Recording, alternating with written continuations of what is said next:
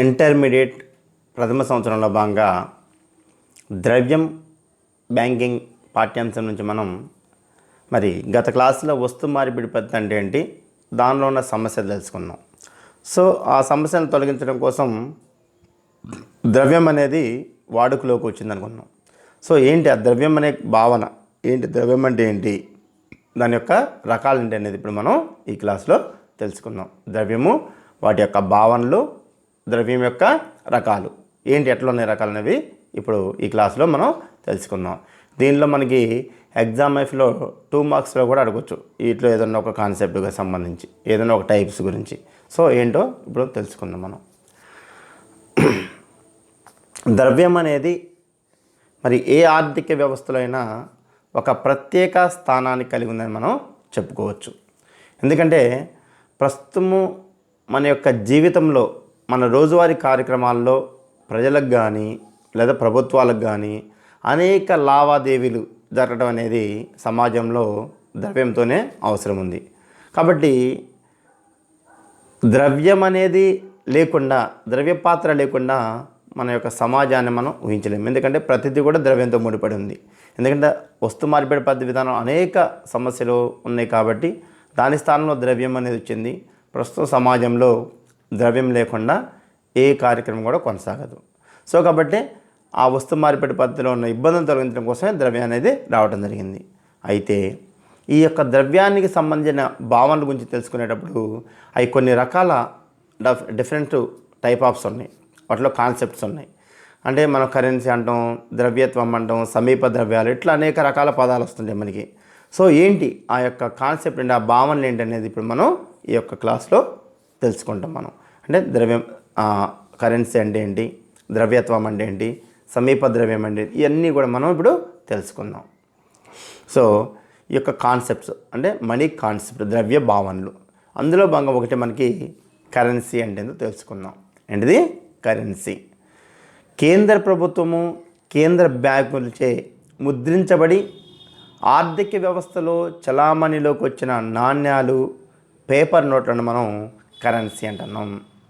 ఈ కరెన్సీ అనేది ద్రవ్యంలో ఒక భాగం మాత్రమే. అయితే ఈ కరెన్సీతో పాటు ఇంకా డిమాండ్ డిపాజిట్లు అంటే డీడీస్, టైం డిపాజిట్లు కూడా ద్రవ్యంలో భాగంగా ఉంటాయి అన్నమాట. సో మనం ప్రధానంగా కరెన్సీ అంటే ఏంటంటే మన యొక్క దేశంలో, మన భారతదేశానికి సంబంధించి కేంద్ర ప్రభుత్వము, కేంద్ర బ్యాంక్ అంటే మనం రిజర్వ్ బ్యాంక్ అంటున్నాం, reserve bank of India. So వీటి చేత ముద్రించబడి ఆర్థిక వ్యవస్థలో చలామణిలో ఉన్న నాణ్యాలు, పేపర్ నోట్లను మనం కరెన్సీ అంటాం. ఫర్ ఎగ్జాంపుల్ ఇది కరెన్సీ, ఇది 5 రూపాయల కాయను, చూడండి ఇక్కడ 5 రూపీస్ కాయన్ ఇది. సో ఇది నాణ్యము. ఇది ఎవరు ముద్రిస్తున్నారు మనకి అంటే కేంద్ర ప్రభుత్వానికి సంబంధించి ఉంటుంది. అదేవిధంగా పేపర్ నోట్లు, ఇది ఇప్పుడు మనం 10 రూపాయల నోట్, ఇక్కడ చూడండి ఇక్కడ 10 రూపీస్ నోట్, ఇది కాగితం అంటే ఇది పేపర్ నోటు. సో వీటిని మనం కరెన్సీ అంటున్నాం. మనం వీటిని అంటే ఆర్థిక వ్యవస్థలో కేంద్ర బ్యాంకు అంటే మనకిప్పుడు 2 రూపాయల కంటే పైన అన్నీ కూడా నోట్లను రిజర్వ్ బ్యాంక్ ఆఫ్ ఇండియా ముద్రిస్తుంది. 5, 10, 20 రూపాయల నోటు ఇవన్నీ కూడా. సో అది కేంద్ర బ్యాంక్ ముద్రిస్తుంది. కేంద్ర ఆర్థిక శాఖ ఆధ్వర్యంలో రూపాయి నోట్లను, దానికంటే చిల్లర నాణ్యాలను ముద్రిస్తుంది అనమాట. అందుకే కేంద్ర ప్రభుత్వము, కేంద్ర బ్యాంకులచే ముద్రించబడి ఆర్థిక వ్యవస్థలో చలామణిలో ఉన్న ఏదైతే ఉన్నాయో నాణ్యాలు కానీ, ఈ పేపర్ నోట్లు కానీ, వీటిని కరెన్సీ అంటాం మనం. ఇది ద్రవ్యంలో ఒక భాగంగా మనం చెప్పుకుంటాం. అయితే ఏంటి, కేవలం ఇవే కాకుండా ఈ కరెన్సీలో బ్యాంకుల్లో మనకి డీడీలు ఇస్తాం, డిమాండ్ డిపాజిట్స్ అని, అంటే డీడీలు చేస్తాం ఏదైనా ఫీజు సంబంధించి. అదేవిధంగా టైం డిపాజిట్స్ తీసుకుంటాం, కాలపరిమితి డిపాజిట్లు, ఇవన్నీ కూడా ద్రవ్యంలో ఒక భాగంగా ఉంటాయి అన్నమాట. సో ఇలాంటిని కరెన్సీ అంటాం మనం. ఎగ్జామ్లో మనకి 2 మార్క్స్ అడిగితే ఇది రాయాల్సి ఉంటుంది కరెన్సీ అంటే. ఇంకా రెండోది ద్రవ్యత్వం, లిక్విడిటీ. ఏంటి ద్రవ్యత్వం అంటే ఏదైనా ఒక ఆస్తిని సులభంగా తక్కువ కాల వ్యవధిలో ద్రవ్యంగా మార్చగలిగే గుణాన్ని మనం ద్రవ్యత్వం అంటారన్నమాట. అంటే ఏదైనా ఒక ఆస్తిని తక్కువ టైంలో ద్రవ్య రూపంలోకి మార్చడానికి అవకాశం ఉన్న ఏదైతే ఉందో ఆస్తి దాని ద్రవ్యత్వం ఉందంటాం. అయితే ప్రత్యక్ష వినిమయ మాధ్యంగా పనిచేయగల సామర్థ్యము ఆస్తికి ఉండడాన్నే ద్రవ్యత్వం కూడా మనం చెప్పుకోవచ్చు అనమాట. అయితే ఈ యొక్క ద్రవ్యత్వం అనేది పూర్తిగా ఎవరికి ఉందంటే మనం ప్రస్తుతం ఉపయోగిస్తున్న కరెన్సీకి మాత్రమే పూర్తి స్థాయిలో ద్రవ్యత్వం ఉంటుంది. ఫర్ ఎగ్జాంపుల్, ఒక భవనం ఉంది. ఆ భవనాన్ని మనం చాలా తక్కువ టైంలో డబ్బుల్లోకి మార్చుకోవడానికి అవకాశం ఉండొచ్చు, ఉండకపోవచ్చు. అవకాశం ఉందనుకో దానికి ద్రవ్యత్వం ఉందంటాను. అవకాశం లేదనుకో దానికి ద్రవ్యత్వం తక్కువ ఉందంటాను మనం. అంటే ఏంది, ఈజీగా తక్కువ వ్యవధిలో ఒక ఆస్తి అంటే మనకి భవనం అనేది ఒక ఆస్తి, ఒక ఇల్లు ఆస్తి. దాన్ని తక్కువ టైంలో మనం ద్రవ్యంగా మార్చగలగాలి. అంటే మన ప్రస్తుతం ఉపయోగిస్తున్న ద్రవ్యంగా మార్చాలి. మార్చుకుంటే దానికి అధిక ద్రవ్యత్వం ఉందంటాం. ఒకవేళ మార్చుకోలేకపోతే తక్కువ ద్రవ్యత్వం ఉందంటాం అనమాట. సో అట్లా అదేవిధంగా పొలాలు ఉన్నాయి, ఆస్తులు ఉంటాయి. సో వీటికి ఎక్కువ ద్రవ్యత్వం ఉంటుంది. సో ఒక్కొక్కసారి మనకి వస్తువులు ఉంటాయి. ఈ వస్తువులు తొందరగా ద్రవ్యంలోకి మార్చుకునే అవకాశం లేకపోవచ్చు కొన్ని రకాల వస్తువులు. ఫర్ ఎగ్జాంపుల్, ఒక వెహికల్ ఉంది, మనం కొన్నాం ఒక వెహికల్, దాన్ని అమ్ముకోవాలనుకుంటున్నాం. వెంటనే ద్రవ్యంలోకి మార్చడానికి అవకాశం ఉండకపోవచ్చు. అది ఉందనుకో ద్రవ్యత్వం ఉందంటాం మనం. కాబట్టి ఏదైనా ఒక ఆస్తిని సులభంగా అంటే దానికి చాలా ఈజీగా తక్కువ కాల వ్యవధిలో ద్రవ్యంగా మార్చుకునే అవకాశం ఏదైతే ఉంటుందో అలాంటి వస్తువులకి మనం అధిక ద్రవ్యత్వం ఉందని చెప్పేసి మనం చెప్పుకుంటున్నాము. ఏదైతే కనుక వినిమయ మాధ్యంగా ఉంటుందో అలాంటి వస్తువులకి, అంటే వినిమయ మాధ్యం ప్రత్యక్షంగా వినిమయ మాధ్యం కలిగిన వస్తువులకి ఎక్కువగా ద్రవ్యత్వం ఉండే అవకాశం ఉంటుంది. సో ఇదొక అంశం అన్నమాట. అయితే ఇతర ఆస్తులు ద్రవ్యం వల్ల ద్రవ్యత్వం కలిగి ఉండవు. ఫర్ ఎగ్జాంపుల్, ఈ ద్రవ్యం ఉంది, దీనైతే ఇంత ఈజీగా మనం మార్చుకోగలుగుతాం ఇంకొక దానిలోకి. కానీ మనం ఇతర ఆస్తులు మాత్రం త్వరగా మార్చుకునే అవకాశం ఉండదు. అంటే ప్రజల చేత వినిమయ మాధ్యంగా అంగీకరించబడవు ఒక్కోసారి కొన్ని రకాల వస్తువులు, అందరికీ ఆమోదం ఉండవు ఆ వస్తువులు. సో కాబట్టి అధిక ద్రవ్యత్వం కలిగిన ఒకే ఒక ఆస్తి ఏంటంటే మనం ద్రవ్యంగా చెప్పుకోవచ్చు. సో ఇదొక అంశము ద్రవ్యత్వం అంటే. ఇంకా మూడో కాన్సెప్టు సమీప ద్రవ్యము. దాన్ని మనం ఇంగ్లీష్లో నియర్ మనీ అంటాం. ఏంటి అంటే ద్రవ్యంగా గుర్తింపబడినటువంటి ఆస్తులను అతి తక్కువ కాలంలో సులభంగా ద్రవ్యంగా మార్చుకునే వీలుంటే దానికి అధిక ద్రవ్యత్వం గల ఆస్తులను మనం సమీప ద్రవ్యంగా భావిస్తాము. ఏంటి అంటే ద్రవ్యంగా గుర్తించబడి ఉండకూడదు. ద్రవ్యంగా అంటే కరెన్సీగా గుర్తించబడినటువంటి ఆస్తులు తక్కువ కాలంలో సులభంగా మన ద్రవ్యాన్ని మార్చుకునే అవకాశం ఉండాలి. అలాంటి వాటికి మనం సమీప ద్రవ్యం అంటాం. ఎగ్జాంపుల్, ఇప్పుడు వాణిజ్య బ్యాంకులో పొదుపు డిపాజిట్లు, టైం డిపాజిట్ అంటే ఏం చేస్తున్నాం, మన బ్యాంకులో కొంత అమౌంట్ని దాచుకునే అవకాశం ఉంటుంది. సేవింగ్ డిపాజిట్స్ అంటాం మనం.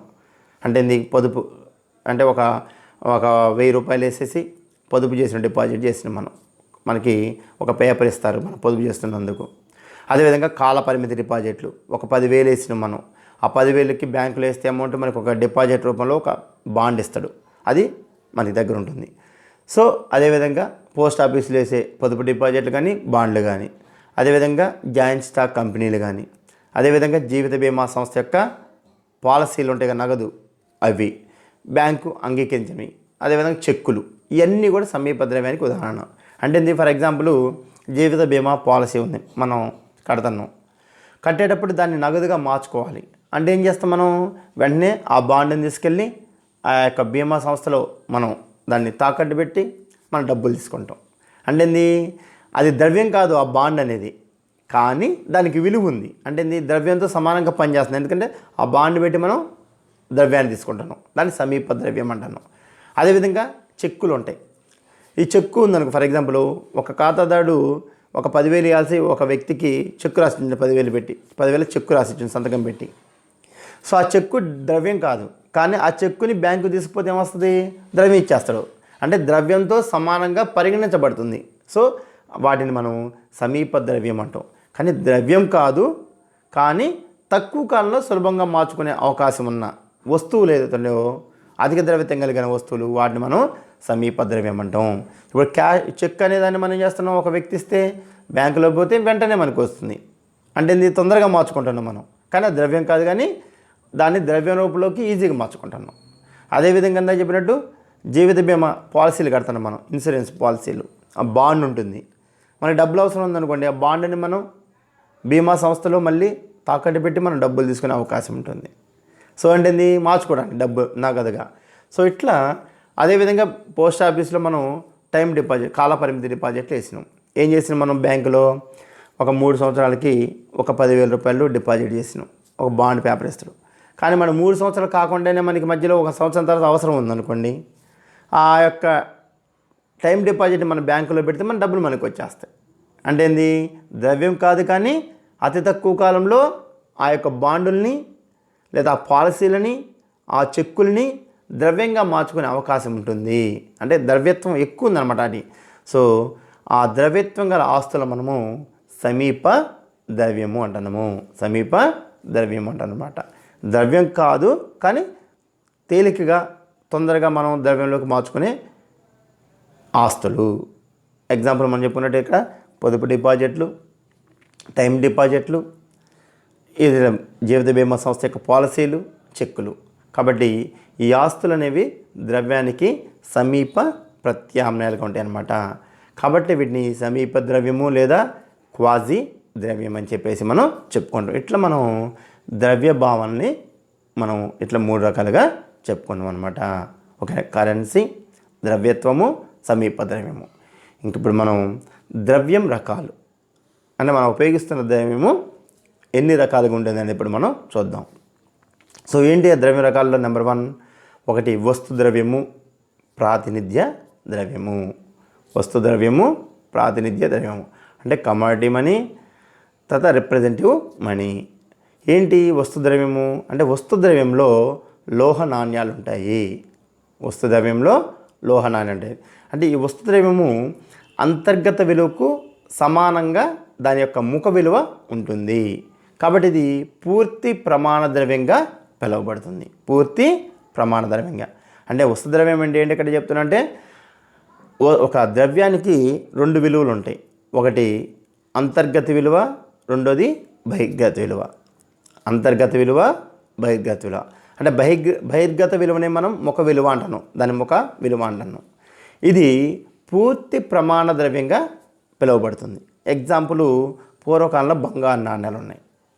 ఆ బంగారు నాణ్యాలు ఏంటంటే, ఒక 10 అణాలకి, మన ఎగ్జామ్ మీకు అర్థం కావడం కోసం 10 రూపాయలకి సమానమై ఉందనుకోండి, దాని మీద ముఖ విలువ అంటే బహిర్గత విలువ లేదా ముఖ విలువ 10 రూపీస్ అని వేసింది అనుకోండి, దాని యొక్క అంతర్గత విలువ కూడా 10 రూపాయలకి సమానమైన విలువ ఉంటుంది. అంటే బంగార నాణ్యాలని ఏర్పాటు చేసి దాని మీద 10 రూపాయలు వేశారు. కానీ ఆ బంగారాన్ని మనకు కరిగించే కనుక మనకి 10 రూపాయలు వస్తాయి అన్నమాట. అంటే ఇది ఇంటర్నల్ వాల్యూ, అది అంతర్గత విలువ. దాని మీద ముఖాన మీద 10 రూపాయలు వేసి ఉంటే దాని దేశపేటలు ఇచ్చినా 10 రూపాయలు వస్తే, మనం దాన్ని కరిగించినా కానీ దాని యొక్క ఆ గోల్డ్ విలువ 10 రూపాయలకు సమానంగా ఉంటుందన్నమాట. సో వాటిని వస్తు ద్రవ్యం అంటాం మనం. అంటే దాని అంతర్గత విలువకి దాని యొక్క ముఖ విలువ సమానంగా ఉంటుంది. సో అలాంటి వాటిని మనం వస్తు ద్రవ్యము అని చెప్పేసి చెప్పుకుంటాం. ఇంకా రెండోది ప్రాతినిధ్య ద్రవ్యము. ప్రాతినిధ్య ద్రవ్యంలో నాణ్యాలు మరియు కాగిత ద్రవ్యాలు ఉంటాయి. ప్రాతినిధ్య ద్రవ్యంలో కాగితాలు మనం చెప్పుకున్నట్టు ఇందాక ఈ నోట్స్ ఉంటాయి, అదేవిధంగా ఈ కాయిన్స్ ఉంటాయి. ఇవి ప్రాతినిధ్య ద్రవ్యము. ఇందులో వీటి యొక్క ముఖ విలువ దాని అంతర్గత విలువ కంటే ఎక్కువగా ఉంటుంది. దాని అంతర్గత విలువ కంటే ఎక్కువ ఉంటుంది ముఖ విలువ.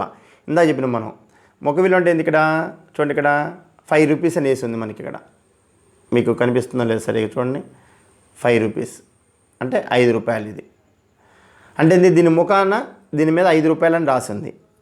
అదేవిధంగా ఈ నోట్ ఉంది. ఇప్పుడు ఫర్ ఎగ్జాంపుల్ ఈ నోట్ ఎంత ఉంది, 10 రూపీస్. అంటే దీని ముఖాన అంటే 10 రూపాయలు ఉంది 10 రూపీస్ అనేది. ఓకేనా, చూడండి జాగ్రత్తగా, 10 రూపాయలు. అంటే దీని యొక్క ముఖ విలువ 10 రూపాయలు. కానీ దీని అంతర్గత విలువ 10 రూపాయలు చేస్తుందా? అంటే ఈ యొక్క నోటు నేను కంప్లీట్గా నలిగిపోయి పూర్తి స్థాయిలో ముక్కలైంది అనుకోండి, ఫర్ ఎగ్జాంపుల్ నెంబర్ లేకుండా 10 రూపాయలకి విలువ ఇస్తారా? అంటే దీనికి సమానమైన వస్తువులు వస్తాయి మనకి? రావు. అదేవిధంగా ఈ 5 రూపీస్ కాయిన్ ఉంది, ఈ 5 రూపాయల కాయిన్, ఇది ఒకవేళ బాగా మొత్తం దీన్ని మనం ఒక రైలు పట్టాల కిందో లేకపోతే ఏదైనా పడి నలిగిపోయి మొత్తం ఖరాబ్ అయింది అనుకోండి, ఇది మొత్తం నెంబర్ లేకుండా మొత్తం ఒక వెడల్పుగా అయిపోయింది అనుకోండి, ఈ 5 రూపాయలతో సమానమైన తీసుకొద్దాన్ని సమానమైన వస్తువులు వస్తాయి మనకి రావు. అంటే దీని ముఖ విలువేమో ఎక్కువ ఉంటుంది 5 రూపాయలు, దీన్ని మాత్రం కరిగిస్తే మాత్రం మనకు 5 రూపాయలు వస్తాయా రావు. అంటే ఇది ప్రాతినిధ్యం వహిస్తుంది, అంటే ఆ 5 రూపాయలకి సంబంధించిన ప్రాతినిధ్యాన్ని వహిస్తుంది అంతే. అంటే దీని ముఖ విలువేమో ఎక్కువ ఉంటుంది, అంతర్గత విలువ తక్కువ ఉంటుంది. అంటే అంతర్గత విలువ కంటే ముఖ విలువ ఎక్కువగా ఉంటుంది. అంటే ఆ 5 రూపాయలనే నెంబర్కి ప్రాతినిధ్యం వహిస్తుంది కరెన్సీకి. కాబట్టి ప్రాతినిధ్య ద్రవ్యంలో మనం చెప్పుకున్న నాణ్యాలు, కాగిత ద్రవ్యం ఉంటాయి. ఈ ప్రాతినిధ్య ద్రవ్యం యొక్క ముఖ విలువ ఎక్కువగా ఉంటుంది. ముఖ విలువ అంటే దీని మీద 5 అనేది ఉంది నెంబరు, ముఖ విలువ 5 రూపాయలు. అంతర్గత విలువ దీన్ని కరిగిస్తే మనకి కంప్లీట్గా 5 రూపాయలు వస్తాయా రావు. సో కాబట్టి దీని అంతర్గత విలువ తక్కువ ఉంటుంది, ముఖ విలువ ఎక్కువ ఉంటుంది. ఇలాంటి ద్రవ్యాన్ని మనం ప్రాతినిధ్య ద్రవ్యము అంటారు. ప్రాతినిధ్య ద్రవ్యము. వస్తు ద్రవ్యంలో అంటే పూర్వకాలపటి బంగారు నాణ్యాలు మనకి వస్తు ద్రవ్యం కిందకి వస్తాయి. అంటే 10 రూపాయలు దాని మీద ముఖ విలువ వేస్తుంటే, ఆ బంగారు నాణ్యం మీద 10 రూపాయలు వేస్తుంటే దాదాపు 10 రూపాయలకి సమానమైన విలువ కలిగి ఉంటుంది ఆ యొక్క నాణ్యం అనేది. సో అవి పూర్వకాలంలో ఉన్న బంగారు నాణ్యాలు, వెండి నాణ్యాలు అలాంటివి అన్నమాట. సో ఇది ఒక ద్రవ్యము, వస్తు ద్రవ్యము, ప్రాతినిధ్య ద్రవ్యము. ఇంకా ఓకేనా. ప్రాతినిధ్యం అంటే ముఖ విలువేమో ఎక్కువ ఉంటుంది, అంతర్గత విలువ తక్కువ ఉంటుంది. ఓకేనా. అంతర్గత విలువ అంటే దీని ఇంటర్నల్ వాల్యూ. సో కాబట్టి ఈ నెంబరు ఇవన్నీ చింపితే మనం, లేకపోతే ఈ నెంబర్లో పోయినా కానీ పనిచేయదు ఇంకా 10 రూపాయల కింద. సో ఇదొకటి. ఇంకా రెండోది చట్టబద్ధ ద్రవ్యము, లీగల్ టెండర్ మనీ, ఐచ్ఛిక ద్రవ్యం, ఆప్షనల్ మనీ. ఏంటి చట్టబద్ధ ద్రవ్యం అంటే చట్టబద్ధత ఆధారంగా ద్రవ్యం అనేది 2 రకాలుగా ఉంటుంది. అంటే ఈ చట్టబద్ధ ద్రవ్యము ఐచ్ఛిక ద్రవ్యంగా కూడా విభజించబడింది. ఎట్లా అంటే చట్టబద్ధ ద్రవ్యం ఏంటంటే వివిధ వస్తు సేవలను మనం కొనుగోలు చేసినప్పుడు కేంద్ర బ్యాంకు కానీ, ఇందాక చెప్పుకున్న రిజర్వ్ బ్యాంక్ ఆఫ్ ఇండియా కానీ, లేదా ప్రభుత్వం కానీ అంటే ఆర్థిక శాఖ కానీ జారీ చేయబడి చట్టం ప్రకారం అందరూ అంగీకరించబడే ద్రవ్యాన్ని మనం చట్టబద్ధమైన ద్రవ్యం అంటారు. ఇందాక చెప్పినట్టు ఇప్పుడు ఇది చట్టబద్ధమైన ద్రవ్యం. ఇదేంటిది చట్టబద్ధమైన ద్రవ్యం. ఎందుకని దీన్ని రిజర్వ్ బ్యాంక్ ఆఫ్ ఇండియా జారీ చేసింది. దీన్ని మొత్తం అందరూ అంగీకరిస్తారు దీన్ని. అంటే చట్ట ప్రకారము అందరూ అంగీకరించే ద్రవ్యము. ఈ 10 రూపాయలు తీసుకుపోతే నేను తీసుకోను, దీనికి సంబంధించిన వస్తువులు ఇవ్వను అంటానికి ఎవరికి కూడా అధికారం లేదు. ఎందుకంటే ఇది రిజర్వ్ బ్యాంక్ ఆఫ్ ఇండియా ప్రభుత్వం యొక్క ఆమోదంతో తయారు చేయబడింది. కాబట్టి దీన్ని అందరూ కూడా ఆమోదిస్తారు, ఎందుకంటే చట్టబద్ధమైనది కాబట్టి. సో దీన్ని చట్టబద్ధమైన ద్రవ్యం అంటారు. ఇది కూడా అంతే, 5 రూపీస్. కాబట్టి ఈ 2 చట్టబద్ధమైన ద్రవ్యము. అంటే అనేక రకాల వస్తువులను కొనుగోలు చేయడానికి ఇవి ఉపయోగపడతాయి అన్నమాట. సో కాబట్టి ఇది ఒకటి. సో దీన్ని ఎవరు కూడా మేము తీసుకోవడానికి వీల్లేదు, కంపల్సరీ తీసుకోవాలన్నమాట. అంటే ఇది చట్టబద్ధంగా ఇది తయారు చేయబడింది కాబట్టి. సో కాబట్టి ఇలాంటి ద్రవ్యాన్ని మనం చట్టబద్ధమైన ద్రవ్యం అంటారు. అంటే వివిధ వస్తు సేవల కొనుగోళ్లకు ప్రభుత్వము, కేంద్ర బ్యాంకు జారీ చేయబడి చట్టం ప్రకారము అందరూ అంగీకరించే ద్రవ్యాన్ని మనం చట్టబద్ధమైన ద్రవ్యం అంటారు. సో ఇదొకటి మనం చెప్పుకున్న ప్రస్తుత కరెన్సీ. ఇంకా ఐచ్ఛిక ద్రవ్యం అంటే ఏంటంటే వాణిజ్య బ్యాంకులు సృష్టించే డ్రాఫ్టులు, చెక్కులు మొదలగు వాటిని మనం ఐచ్ఛిక ద్రవ్యంగా అంటారు. అంటే అవి పరపతిని సృష్టిస్తాయి అంతే. ఫర్ ఎగ్జాంపుల్ ఐచ్ఛిక అంటే తప్పనిసరిగా వాటిని ఆమోదించాలనే ఇది లేదు. వాటి అవతల వినియోగదారుడు కానీ, లేదా కొనుగోలుదారుడు కానీ, లేదా ఒక ఖాతాదారుడు కానీ వాటిని ఆమోదించవచ్చు, ఆమోదించకపోవచ్చు అనమాట. తన ఇష్టం. ఐచ్ఛిక అంటే తప్పనిసరి కాదు అనమాట, ఆప్షనల్ అంతే. అతను తీసుకోవచ్చు, అవతల వ్యక్తి తీసుకోపోవచ్చు. ఫర్ ఎగ్జాంపుల్ ఒక వ్యక్తి ఉన్నాడు, ఒక షాప్కి వెళ్ళిన తర్వాత ఒక 5,000 రూపాయల సరుకుని పర్చేజ్ చేసినప్పుడు అతనికి చెక్కు రాసి ఇచ్చాను అనుకో. నేను ఫర్ ఎగ్జాంపుల్ 5,000 రూపాయలకు సంబంధించి అమౌంట్ చెక్కు రాసి ఇచ్చాను అనుకోండి. ఆ చెక్కు అతను తప్పనిసరిగా స్వీకరించాలని నియమం లేదు. నాకు వద్దండి చెక్కు, క్యాష్ ఇవ్వాలంటే మనం అతను ఏం చేయలేము. అంటే ఇది ఐచ్ఛికం. అది ఆ యొక్క అవతలి వ్యక్తి తీసుకుని ఇష్టాన్ని బట్టి ఉంటుంది అనమాట. అదే కనుక 5,000 రూపాయలు నేను డబ్బులు ఇచ్చాను అనుకోండి, వద్దంటానికి అవకాశం లేదు ఆడ. అందుకే చట్టబద్ధమైనది. సో కాబట్టి ఈ వాణిజ్య బ్యాంకులు సృష్టించే డ్రాఫ్ట్లు కానీ చెక్కులు కానీ ఇవన్నిటిని ఐచ్ఛిక ద్రవ్యం అంటారు. అంటే అవతలి వ్యక్తి తప్పనిసరిగా ఆ చెక్కుల్ని లేదా ఆ డ్రాఫ్టుల్ని ఆమోదించవలసిన అవసరము లేదు. అతని ఇష్టం మీద ఆధారపడి ఉంటుంది. ఆప్షనల్ అనేది ఇదనమాట. సో అది అట్లా అని చెప్పేసి అవి చెల్లవంటే చెల్లతాయి. చెక్కు తీసుకుపోతే బ్యాంకు వస్తాయి, బ్యాంకు తీసుకుపోతే డబ్బులు వస్తాయి. కానీ అవతల వ్యక్తి బట్టి ఉంటుందన్నమాట అది. కాబట్టి ఈ యొక్క వాణిజ్య బ్యాంకులు సృష్టించే డ్రాఫ్ట్లు చెక్కులు ఇవి ఐచ్ఛిక ద్రవ్యంగా పిలుస్తాం. ఇవి కూడా పరపతి సృష్టిస్తాయి అన్నమాట. సో ఇదొకటి. కాబట్టి ఇదొకటి గుర్తుపెట్టుకోండి. ఇంకా మూడోది లోహ ద్రవ్యము, కాగితపు ద్రవ్యము. ఏంటి లోహ ద్రవ్యం అంటే? ఇందాక చెప్పుకున్నట్టు బంగారము, వెండి, రాగి, నికెల్, స్టీల్ మున్నగు లోహాలతో నాణ్యాలుగా తయారు చేయబడ్డ వాటిని మనము లోహ నాణ్యాలు అంటాం. లోహ నాణ్యాలు అంటాం. సో ఈ లోహ నాణ్యాలు 2 రకాలు మళ్ళీ. ఏంటి? ఒకటి ప్రామాణిక నాణ్యాలు, పూర్తి ప్రమాణం గల నాణ్యాలు. రెండోది చిల్లర లేదా చిల్లర నాణ్యాలు లేదా చిల్లర ద్రవ్యము. అంటే లోహ ద్రవ్యం ఇందాక చెప్పిన మనం ఈ 5 రూపాయల బిళ్ళలు, 2 రూపాయల బిళ్ళలు ఉన్నాయి. ఇవేంటి? లోహ నాణ్యాల కిందకు వస్తాయి. వీటిని మనం నికెలు లేదా కనుక స్టీల్ వాటితో తయారు చేయబడి ఉంటుంది ఇది. కాదు కొన్ని పూర్వకాలంలో బంగారం, వెండి నాణ్యాలతో తయారు చేసి ఉంటారు. నాణ్యాలు తయారు చేసి మనం చదువుకున్నాం. గుప్తుల కాలంలో స్వర్ణయుగం బంగారు నాణ్యాలు ఉన్నాయి వాళ్ళ యొక్క కాలంలో. లేదా మౌర్య కాలంలో వెండి నాణ్యాలు అమల్లోనే చెప్పుకుంటాం మనం. అంటే వాళ్ళ కాలంలో పూర్వంలో రాజుల కాలంలో బంగారు నాణ్యాలు, వెండి నాణ్యాలు అనేవి చలామణిలో ఉండేవి అనమాట. సో కానీ బంగారు నాణ్యాలు అని ఇందాక చెప్పుకున్నాం మనం. ఈ యొక్క లోహ ద్రవ్యం అనేది 2 రకాలుగా ఉండేది. అంటే ప్రామాణిక ద్రవ్యము లేదా పూర్తి ప్రమాణం గల ద్రవ్యము. రెండోది చిల్లర ద్రవ్యము లేదా చిల్లర నాణ్యాలు. ఇప్పుడు ప్రామాణిక ద్రవ్యం అంటే ఏం చెప్పుకున్నాం మనం? దాని యొక్క ముఖ విలువ అంటే బహిర్గత విలువ, అంతర్గత విలువ ఒకే రకంగా ఉంటాయి. వాటిని ప్రామాణిక ద్రవ్యం అంటాం మనం. వాటిని వస్తు ద్రవ్యం అన్నాం, వాటిని ప్రామాణిక ద్రవ్యం అని కూడా అంటాం. ఏంటి అంటే ఫర్ ఎగ్జాంపుల్ పూర్వం బంగారు నాణ్యాలు చెప్పుకున్నాం మనం. అంటే దాని యొక్క అంతర్గత విలువ దాని ముఖ విలువ సమానంగా ఉంటుంది ప్రామాణిక నాణ్యం. 10 రూపాయల బంగారు నాణ్యం ఉంటే దాని మీద 10 రూపాయలు వేసిన ముఖ విలువ 10 రూపాయలు అని ఉంది. అంటే ఆ 10 రూపాయలు విలువ చేస్తుంది. దాన్ని కరిగించినప్పటికీ 10 రూపాయలు వస్తాయి మనం అమ్ముకున్నా కానీ. ఏది డబ్బు రూపంలో కూడా బంగారు రూపంలో అమ్ముకున్నా 10 రూపాయలు వస్తాయి. వాటిని ప్రామాణిక నాణ్యాలు అంటాం. దాన్ని మనం ఇందాక వస్తు ద్రవ్యం అని చెప్పుకున్నాం. రెండోది చిల్లర ద్రవ్యము లేదా చిల్లర నాణ్యాలు. ఇప్పుడు ఎగ్జాంపుల్ ఇది ఉంది నాణ్యం, ఇది కూడా నాణ్యమే. దీని మీద ఏం చెప్పుకున్నాం మనం? ముఖ విలువ 5 రూపాయలు ఉంది. కానీ ముఖ విలువ ఇంటర్నల్ వాల్యూ అంతర్గత విలువ ఏముంటుంది?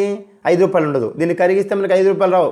ఇది కరిగించిననుకో ఈ నికెలు స్టీలు వచ్చిందనుకో ఆ ముద్ద తీసిపోయి నాకు 5 రూపాయల వస్తువు అంటే 5 రూపాయలు ఇవ్వరు. ఎందుకంటే దీని యొక్క ముఖ విలువ ఏమి ఎక్కువ ఉంటుంది అంటే బహిర్గత విలువ, అంతర్గత విలువ ఉండదు. సో ఇవి లోహ ద్రవ్యంలో 2 రకాలు అన్నమాట. ఓకేనా? ప్రామాణిక ద్రవ్యము, చిల్లర ద్రవ్యము. ఇంకా రెండోది కాగితపు ద్రవ్యం. అంటే కాగితపు ద్రవ్యము కాగితంతో రూపొందించబడుతుంది. ఇందాక చెప్పుకున్నట్టు మనం ఇది కాగితపు ద్రవ్యము. సో ఇది కాగితపు ద్రవ్యము. మనకి చూడండి ఇక్కడ 10 రూపీస్ ఇది కాగితపు ద్రవ్యము. అంటే మన దేశంలో 2000 నోట్లు ఉంది. ఇప్పుడు 500 నోటు, 200 రూపాయల నోటు, 100 రూపాయలు, 50, 20, 10 రూపాయలు ఇవన్నీ కాగితంపై ముద్రిస్తారు. కాబట్టి కాగితపు ద్రవ్యం అంటే కాగితపు ద్రవ్యము కాగితంతో తయారు చేయబడుతుంది. ఇది చట్టబద్ధమైన ద్రవ్యము. దీన్నే చట్టబద్ధమైన ద్రవ్యం కూడా అంటున్నాం మనం. లీగల్ టెండర్ మనీ అంటున్నాం. ప్రస్తుతం మన దేశంలో కేంద్ర ప్రభుత్వము, కేంద్ర బ్యాంకులు జారీ చేసిన నోట్స్ ఏదైతున్నాయో మనకి అవి కాగిత ద్రవ్యంగా చెప్పుకోవడం జరుగుతుంది. సో ఇది ఒక అంశము. కాబట్టి లోహ ద్రవ్యము, కాగిత ద్రవ్యము. ఇంకా 4వది ప్రామాణిక ద్రవ్యము, చిల్లర ద్రవ్యము. ఇందాక చెప్పాను నేను. ప్రామాణిక ద్రవ్యం అంటే దాని యొక్క ముఖ విలువ దాని అంతర్గత విలువకు సమానంగా ఉంటుంది. ఇందాక చెప్పుకున్నట్టు మనం బంగారు నాణ్యాలు అనుకోండి, అది 10 రూపాయల విలువ అనుకోండి, దాని ముఖ విలువ 10 రూపాయలు వేస్తుంటే అంతర్గత విలువ దాన్ని కరిగించినప్పుడు కూడా 10 రూపాయలు వస్తుంది అనమాట. ఓకేనా? సో అలాంటి ద్రవ్యాన్ని మనం ప్రామాణిక ద్రవ్యము, స్టాండర్డ్ మనీ అంటాం అనమాట. కాబట్టి ప్రామాణిక ద్రవ్యం అనేది ఇప్పుడు లేదు, ప్రజెంట్, పూర్వకాలంలో ఉన్నది. ఓకేనా? కాబట్టి దాని యొక్క ముఖ విలువ అంతర్గత విలువకు సమానంగా ఉంటుంది. అది ప్రామాణిక ద్రవ్యము. ఇక చిల్లర ద్రవ్యం అంటే ముఖ విలువ దాని అంతర్గత విలువ కంటే అధికంగా ఉంటుంది. దాని యొక్క బహిర్గత విలువ అంటే దాని ముఖం మీద ఉన్న విలువ కంటే దాని యొక్క ఇంటర్నల్ వాల్యూ తక్కువ ఉంటుంది అనమాట. లేదా దాని యొక్క అంతర్గత విలువ కంటే దాని యొక్క ముఖ విలువ ఎక్కువ ఉంటుంది. ఫర్ ఎగ్జాంపుల్ ఇప్పుడు మనం ఉందా చెప్పుకున్నాం, రూపాయి నాణ్యాలు, 2 రూపాయల నాణ్యాలు, 5 రూపాయల నాణ్యాలు. ఫర్ ఎగ్జాంపుల్ వీటిది ఉంది, ఇది చిల్లర ద్రవ్యము. దీని మీద 5 రూపీస్ అని వేసింది చూడండి, ఇక్కడ 5 రూపాయలని వేసింది, లేదా 2 రూపాయల బిళ్ళలు ఉన్నాయి. వీటి యొక్క ముఖాన 5 రూపాయలు ఉంది, 2 రూపాయలు ఉంది, రూపాయి ఉంటాయి. కానీ వీటిని ఇంటర్నల్ వాల్యూ అంతర్గతంగా దాన్ని కరిగిస్తే 5 రూపాయలు విలువ రాదు. సో కాబట్టి ఇలాంటి వాటిని మనం చిల్లర ద్రవ్యము, చిల్లర నాణ్యాలు అని చెప్పేసి మనం చెప్పుకోవచ్చు. టోకెన్ మనీ అంటూ ఇంగ్లీష్లో. ఇంకా లాస్ట్ వన్ పరపతి ద్రవ్యము. ఏంటి పరపతి ద్రవ్యం? Credit money. ఇవి బ్యాంకులు సృష్టిస్తాయి ప్రధానంగా. వీటిని బ్యాంకు ద్రవ్యం అని కూడా అంటాం. అంటే ఇవి వాణిజ్య బ్యాంకులు సృష్టించే పరపతి. వీటి డిమాండ్ ఆధారంగా తిరిగి చెల్లించాల్సి ఉంటుంది. వాణిజ్య బ్యాంకులోని డిమాండ్ డిపాజిట్లను చెక్కుల ద్వారా ఒక వ్యక్తి నుంచి మరొకరికి బదిలీ చేసే అవకాశం ఉంటుంది. పరపతి సృష్టి అంటారు. పరపతి ద్రవ్యము అంటే బ్యాంకులో ఒక వ్యక్తి, సింపుల్గా చెప్పాలంటే బ్యాంకులో ఒక ఖాతాదారుడు 10,000 రూపాయలు వేస్తే అకౌంట్లో ఆ 10,000 రూపాయల అకౌంట్లో అతనికి చూపిస్తాయి. పరపతి ద్రవ్యంలో చూపించినప్పుడు ఏ అనే వ్యక్తి 10,000 వేసిండు బ్యాంకులో. అయితే బి అనే వ్యక్తికి మళ్ళీ ఒక 10,000 అవసరం ఉందనుకుందాం. అప్పుడు బ్యాంక్ ఏం చేస్తున్నాయి, ఏ అనే వ్యక్తి వేసిన 10,000 రూపాయలని బి అనే వ్యక్తి ఖాతాలో 10,000 వేస్తాయి. 10,000 వేయడం జరుగుతుంది. సో అతను తీసుకుంటాడు, ఆ 10,000 బి అనే వ్యక్తి తీసుకుంటాడు. ఈ బి అనే వ్యక్తి ఎవరికి ఇచ్చిండు, సి అనే వ్యక్తికి ఇచ్చిండు. ఒకవేళ 10,000 రూపాయలు ఇవ్వాల్సి. అతను ఏం చేసిండు, తన ఖాతాలో మళ్ళీ బ్యాంక్ వచ్చి ఒక 8,000 రూపాయలు వేసిండు అనుకోండి అతని ఖాతాలో. అప్పుడు బ్యాంకు యొక్క బుక్కుల్లో ఏ వేసిన 10,000 రూపాయలు కనిపిస్తాయి, బికి ఇచ్చిన అప్పు 10,000 కనిపిస్తాయి, మళ్ళీ సికి ఇచ్చిన ఆ సి వేసుకున్న 8,000 అంటే 28,000 రూపాయలు బ్యాంక్ అకౌంట్లో కనిపిస్తాయి మనకి. కానీ యాక్చువల్గా నిజంగా 28,000 రూపాయలు అనే అకౌంట్లో లేవు. అంటే ఈ 10,000 3 రకాలుగా మారింది. వీటిని సృష్టించడం, పరపతిని సృష్టించడం అంటారు. అంటే 10,000 రూపాయలు అనేది 28,000గా సృష్టించబడింది. చెక్కుల రూపంలోనో లేదా డిపాజిట్ రూపంలో ఉంటుందన్నమాట. సో కాబట్టి ఇట్లా బ్యాంకులు సృష్టించే పరపతిని మనం పరపతి ద్రవ్యము అంటాము. ఇట్లా మనం ద్రవ్య భావనల్ని, ద్రవ్యం యొక్క రకాలను మనం తెలుసుకోగలుగుతున్నాము. అయితే ప్రస్తుత కాలంలో ప్రామాణిక ద్రవ్యం అనేది మనకు కనిపించదు. అది పూర్వకాలంలో రాజుల పరిపాలనా కాలంలో మాత్రమే వస్తు ద్రవ్యము, ప్రామాణిక ద్రవ్యం అనేది ఉండేది. ప్రస్తుత ద్రవ్యం మనకి ఏంటంటే కరెన్సీ మరియు నాణ్యాలు. ఇవి చిల్లర ద్రవ్యంగా మనం చెప్పుకోవడం జరుగుతుందన్నమాట. సో ఇట్లా మనకి ద్రవ్యము, వాటి యొక్క భావన, వాటి యొక్క రకాలను మనం అర్థం చేసుకోవచ్చు.